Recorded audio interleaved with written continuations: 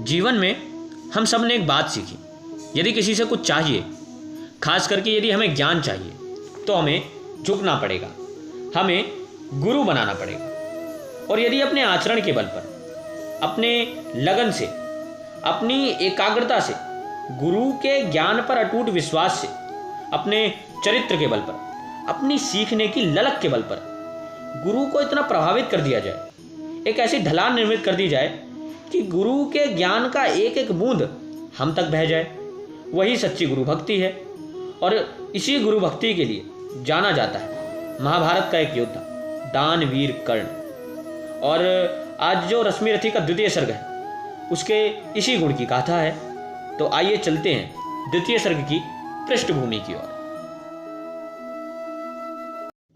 शीतल विरल का कानन शोभित आदित्य गया के ऊपर, कहीं उत्स प्रस्त्रवण चमकते झरते, कहीं शुभ निर्जर। जहां भूमि समतल सुंदर है, नहीं दिखते हैं पाहन, हरियाली के बीच खड़ा है विस्तृत एक उजड़ पावन। आसपास कुछ कटे हुए पीले धनकेत सुहाते, सशक मूस गिलहरी कबूतर घूम घूम कण खाते।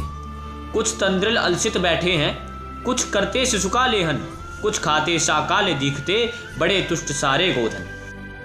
हवन अग्नि बुझ चुकी, गंध से वायु अभिपरमाती है, भीनी भीनी महक प्राण में मादकता पहुंचाती है। धूम धूम चर्चित लगते हैं तरु के श्याम छदन कैसे, झपक रहे हो शिशु के अलसित कजरारे लोचन जैसे।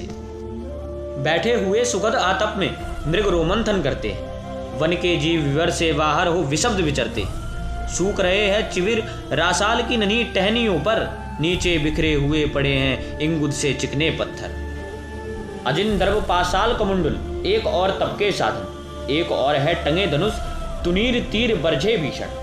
चमक रहा तृण कुटी द्वार पर एक परशु आभाशाली, लोहो दंड पर जड़ित पड़ा हो मानो अर्ध अंशुमाली। श्रद्धा बढ़ती अजिन दर्भ पर, परशु देख मन डरता है। युद्ध शिविर या तपोभूमि यह समझ नहीं कुछ पड़ता है। हवन कुंड जिसका है उसके ही क्या यह धनुष कुठार, जिस मुनि की यह श्रुत्वा उसी की कैसे हो शक्ति तलवार। आई है वीरता तपोवन में क्या पुण्य कमाने को, या संन्यास साधना में है दैहिक शक्ति जगाने को। मन ने तन का सिद्ध यंत्र अथवा शस्त्रों में पाया है, या कि वीर कोई योगी से युक्ति सीखने आया है। परशु और तप ये दोनों वीरों के ही होते श्रृंगार। क्लीव न तो तप ही करता है, ना तो उठा सकता तलवार। तप से मनुष्य दिव्य बनता है, षड विकार से लड़ता है, तन की समर भूमि में लेकिन काम खड़ग ही करता है। किंतु कौन नर तपोनिष्ठ है यहाँ धनुष धरने वाला, एक साथ यज्ञाग्नि और असी की पूजा करने वाला। कहता है इतिहास जगत में हुआ एक ही नर ऐसा, रण में जटिल काल संक्रोधी, तप में महासूर्य जैसा। मुख में वेद पीठ पर तर्कस, कर में कठिन कुठार विमल। शाप और शर दोनों ही थे जिस महान ऋषि के संबल। यह कुठिर है उसी महामुनि परशुराम बलशाली का, भृगु के परम पुनीत वंशधर व्रति वीर प्रणपाली का।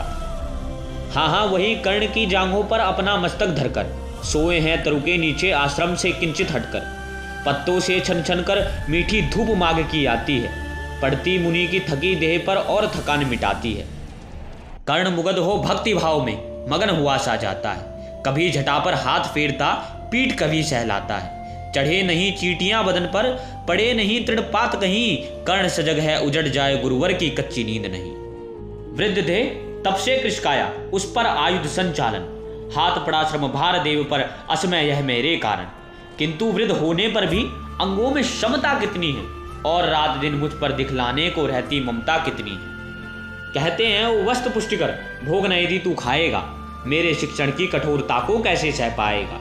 अनुमागी यदि बना कहीं तू, खान पान में भी मेरा सूख जाएगा लहू, बचेगा हड्डी भर ढांचा तेरा। जरा सोच कितनी कठोरता से मैं तुझे चलाता हूँ, और नहीं तो एक पाव दिन भर में रक्त जलाता। इसकी पूर्ति कहाँ से होगी बना अगर तू सन्यासी, इस प्रकार तो चबा जाएंगे तुझे भूख सत्यानाशी। पत्थर सी हो मांसपेशियां, लोहे से भुजदंड है, नस नस में हो लहर आग की, तभी जवानी पाती है। विप्र हुआ तो क्या रखेगा, रोक अभी से खाने पर, कर लेना घनघोर तपस्या वे चतुर्थ के आने पर।